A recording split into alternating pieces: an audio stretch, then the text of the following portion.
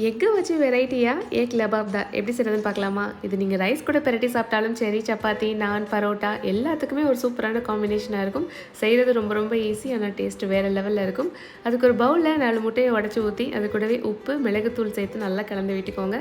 ஒரு பணியாரக்கல் நல்லா காஞ்சதும் அதில் எண்ணெய் சேர்த்து பணியாரம் மாதிரி ஊற்றி மூடி போட்டு 2 சைடும் வேகிற மாதிரி திருப்பி போட்டு தனியாக பிளேட்டில் எடுத்து வச்சுக்கோங்க. ஒரு கடாயில் எண்ணெய் சேர்த்து அது நல்லா காஞ்சதும் அது கூட கரம் மசாலா, பொடியாக நறுக்கின வெங்காயம் சேர்த்து நல்லா வதக்கி விட்டுட்டு அது கூடவே இஞ்சி பூண்டு பேஸ்ட் சேர்த்து நல்லா வதக்கி விட்டுக்கோங்க. ஒரு மிக்சர் ஜாரில் தக்காளி 10 முந்திரி சேர்த்து நல்லா நைஸாக அரைச்சி அதையும் அது கூட சேர்த்து தேவையான அளவுக்கு தண்ணி சேர்த்து கலந்து விட்டுக்கோங்க. இப்போ அது கூடவே உப்பு, தனி மிளகாய் தூள், கரம் மசாலா, கொஞ்சமாக சர்க்கரை சேர்த்து நல்லா கலந்து விட்டுட்டு இப்போ நல்லா இந்த மாதிரி தள்ளபுள்ளன்னு எண்ணெய் பிரிஞ்சு கொதிச்சு வந்ததுக்கப்புறம் நம்ம எடுத்து வச்ச முட்டையை அது கூட சேர்த்து நல்லா கலந்து விட்டுட்டு மூடி போட்டிங்கன்னா மசாலா எல்லாம் முட்டைக்குள்ளே இறங்கி செட் ஆயிரும். கடைசியாக கொத்தமல்லி தூவி நல்லா சுட சுட சாதம், சப்பாத்தின்னு எது கூட வச்சு சாப்பிட்டாலும் அல்டிமேட்டாக இருக்கும். கண்டிப்பாக ட்ரை பண்ணி பாருங்கள்.